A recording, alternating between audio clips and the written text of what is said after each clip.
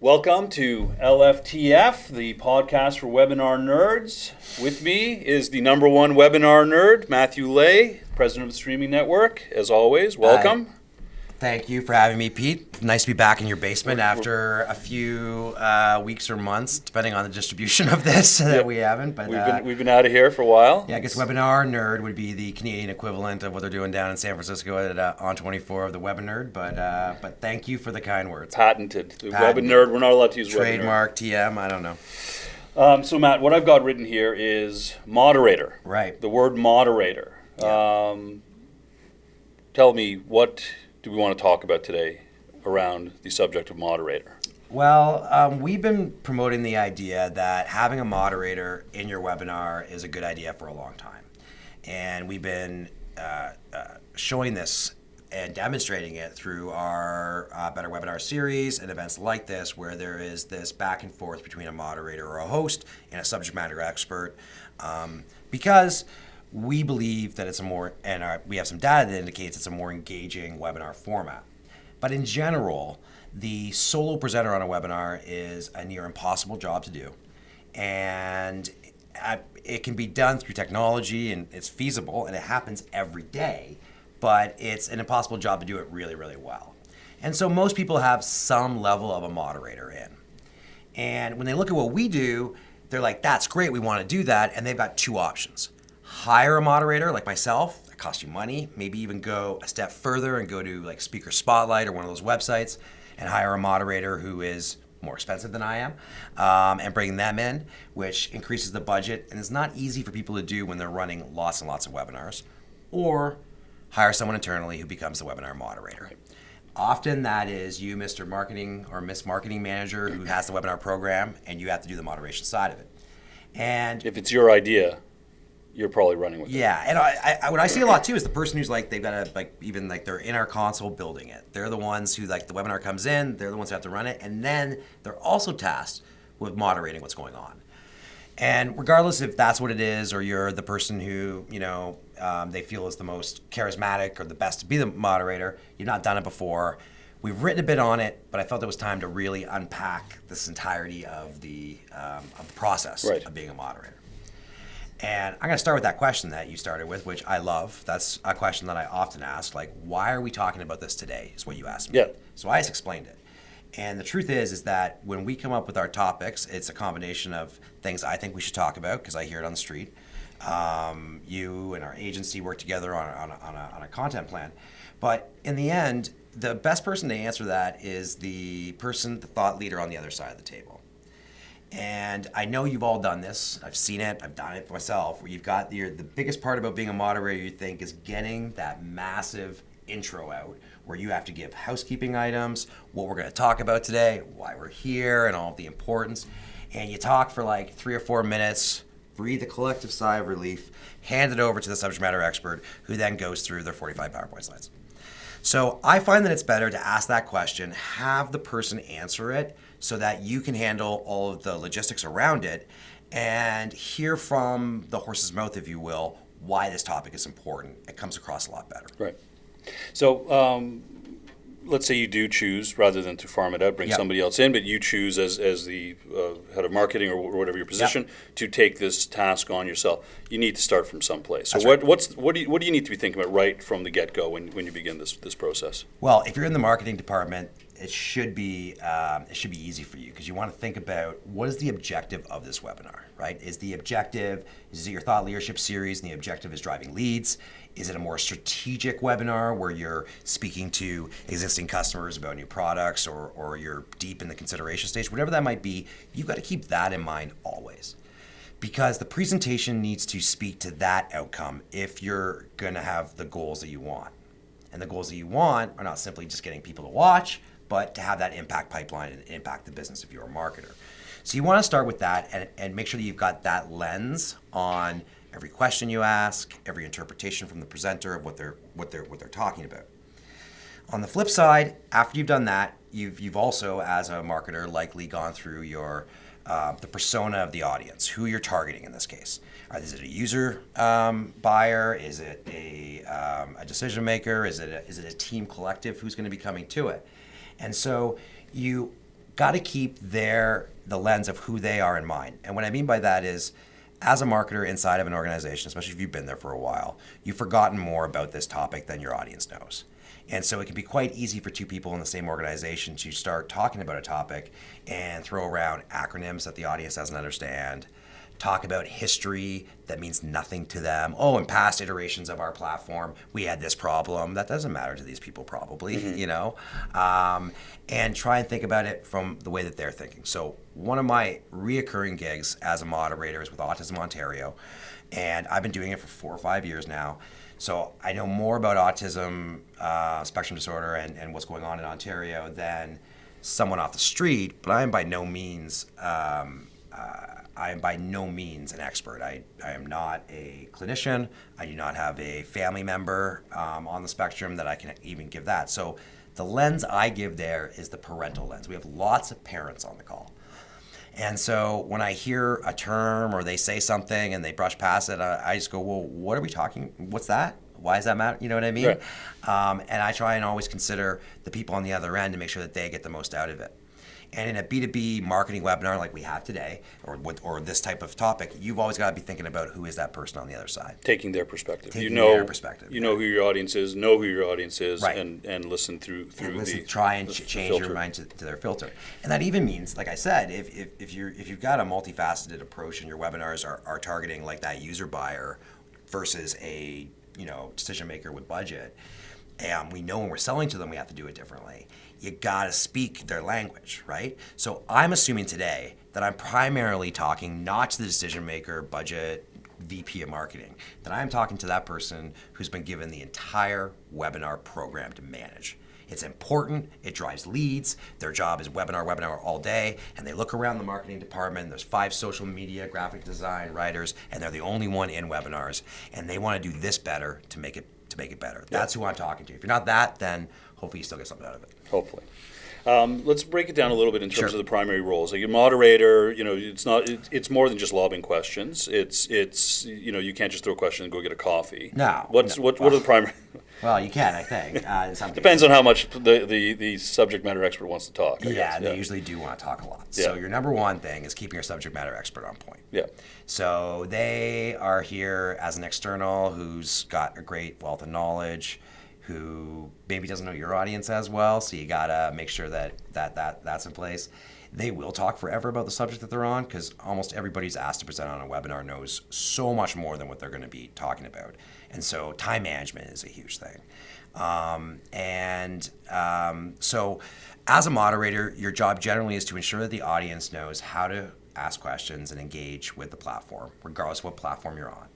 To manage time well, so that you have room for Q&A, because if a person engages, they want a response. The more questions you can answer, the better the audience who's on that webinar is going to feel that they're going to have a higher perception of the value of the webinar. And your job is to make sure that the primary objectives and messaging is always being handled. So you got to be engaged. You got to be listening. Yeah. Even if you don't subscribe to our model of question, answer, you still have those same objectives in mind. And if you see it going array, like we're almost halfway in and we haven't gotten through all of our questions, you've got to start speeding up Right. the host or the speaker, or you've got to redirect maybe where they're going with it, and that is your job. Right. And there's nothing wrong with moderator also being a subject matter expert and having like a real sort of engaged conversation, but one person needs to be the point person on There's leading, nothing, right? there's nothing wrong with it, but I have seen it turn into a bit of a confusing experience, right? So sure, when Peter Mansbridge would interview Justin Trudeau and he could talk about past experiences with Jacques Chrétien or something like that, he had something to offer the conversation. Yeah. But he's not going to sit there and, talk for 45 minutes or for 30 minutes or 20 minutes on a topic. Right. You can't do that, right? And so just worry about that. I've seen it happens in legal quite a bit, where the practice group leader becomes the host because they're the practice group leader and they know more than everyone on that side of the desk, and then you end up having them ask questions and then answer them later Right. better or something like that. So I would caution. I like going in knowing the bare minimum Right. that I need to know to get the job done, and I think I do a better job that way. Just lob the questions, let the experts talk. Yeah, lob the expert, Yeah. let them talk, listen, learn while you're there. Nothing more engaging than if you're actually learning on the other side and you have an aha moment in the middle of the webinar that you didn't see coming. Yeah. The authenticness of that in an interview, is going to resonate with the audience. For sure. Let's dig in a little bit on there's tips and tricks to doing this thing. Let's share with the audience some of those tips and tricks. Yeah. So first off, you do the research and you've got the objectives in front of you. You know what it is that you're going to do, and then you should have a pre-call with the presenter. And the things that I like to ask in the pre-call, the most important things are, how is this presentation generally given?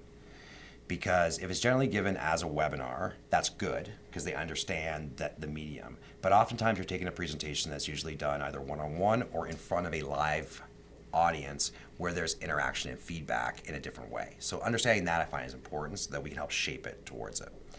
The other thing, the important thing about the pre-interview for me is always making sure that they don't come to the table with way too much, because they will go deep. Sometimes a presenter will be ready to go really deep on an aspect that there's just not going to be time in the webinar for, or isn't relevant to the audience. You want to dissect that a little bit. So what I do is I sit down with them, and the first thing I say is, if people walk away with one message from your topic today, what's that message? What do you want to make sure that we get across? And whatever that answer is, then I let them know, this is what we want to get across. This is what our audience wants to know. And that sets a framework of how both sides are going to take this great presentation and translate it to this audience. Right. And then what I do is I don't run through the whole thing, but there's always a PowerPoint deck. Everyone's got one. Is we start flicking through it. What do you mean on the slide? Why do you do this? What's that about? And I try and get my head around how they're going to be building their story. And the last thing that I do, using the word story, is one of the most compelling ways to articulate your message in the webinar format or in any media is by telling a story.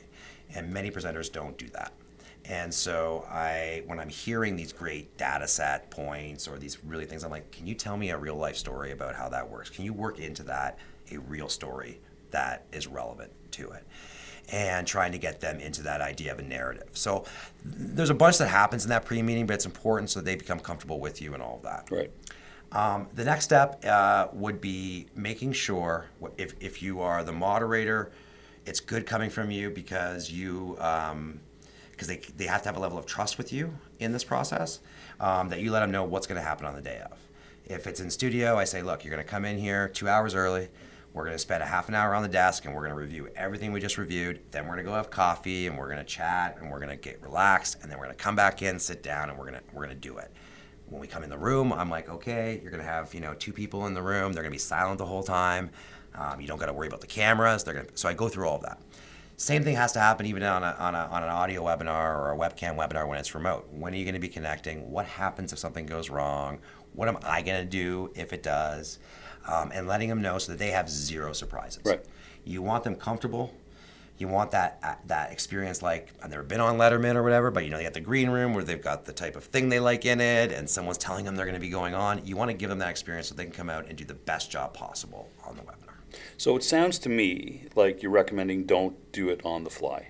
Is that? But people do, and people can. Yeah. But generally, what you're saying is you should be prepped. But can you do it on the fly? Can you moderate on the fly? Well, I think that like anything, if you do something, Not that we're, we're not. We're not. Not that. That's not what we're doing here. Never, never you and me.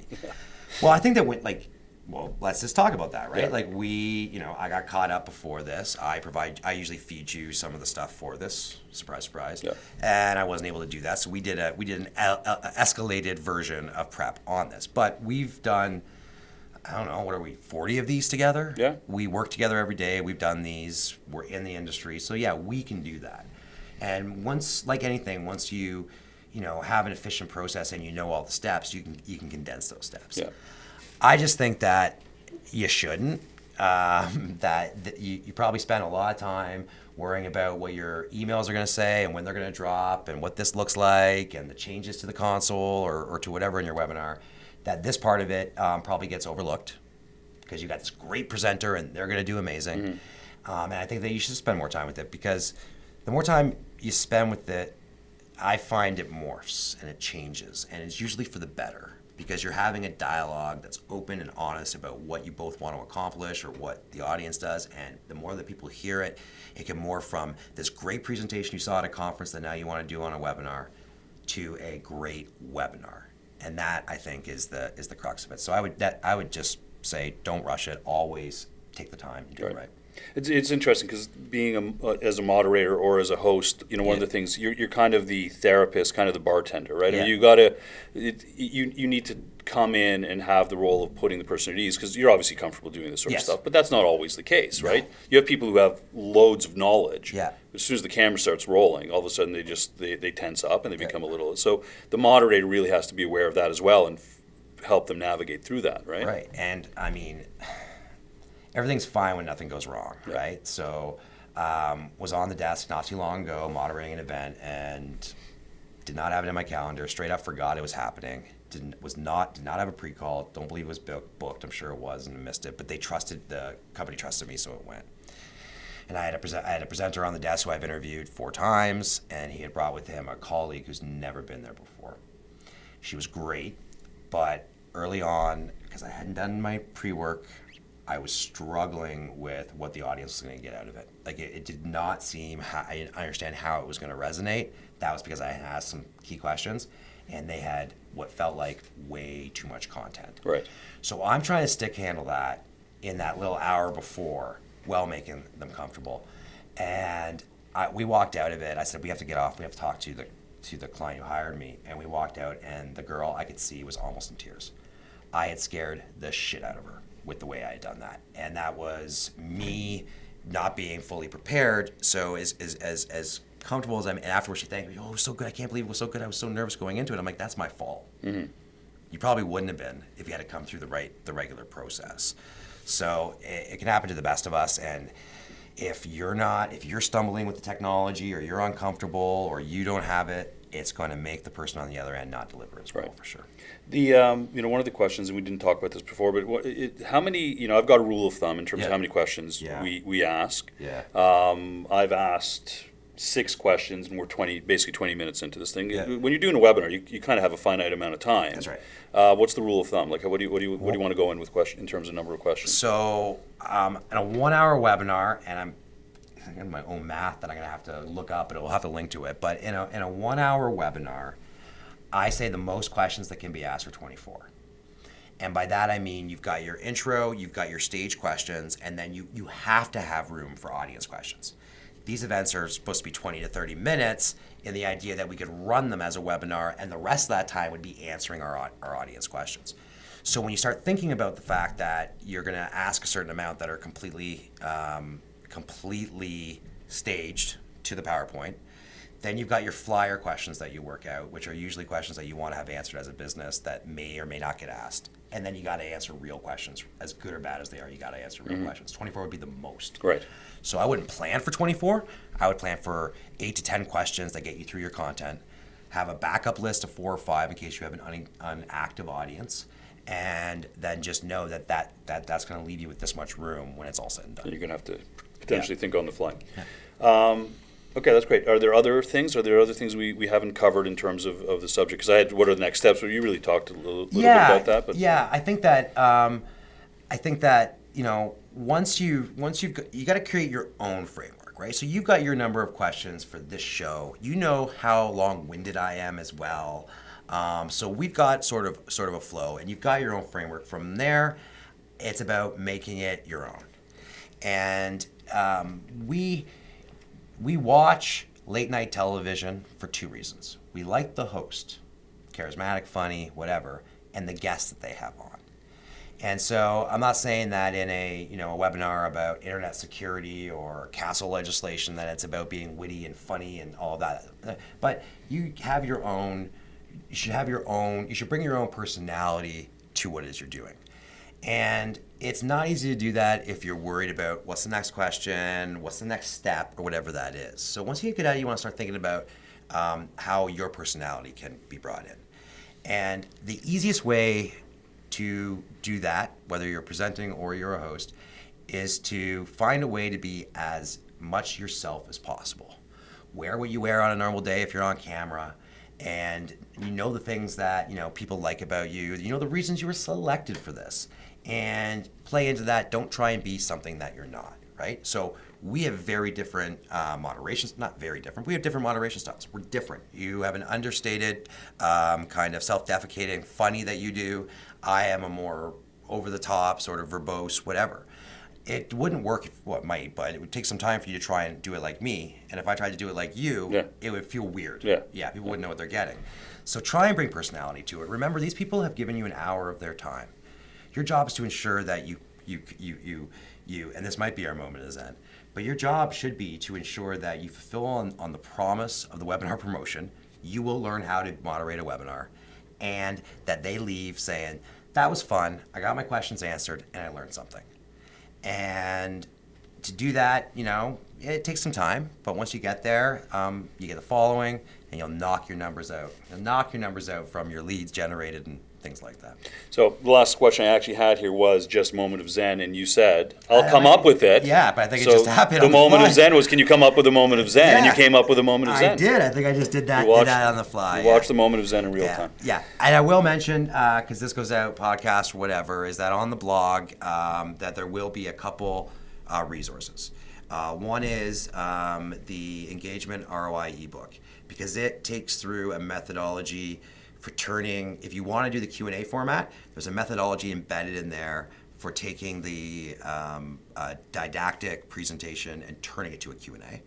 And then there's another blog post, quite old, but it reiterates a lot of what we said, that you can print off and look at about, so you're asked to be a moderator, here's some steps sort of to take. Right. Okay. All right. Well, we only went 2 minutes over our 20-minute limit. So awesome. That's awesome. We actually did it. Yeah. This is LFTF.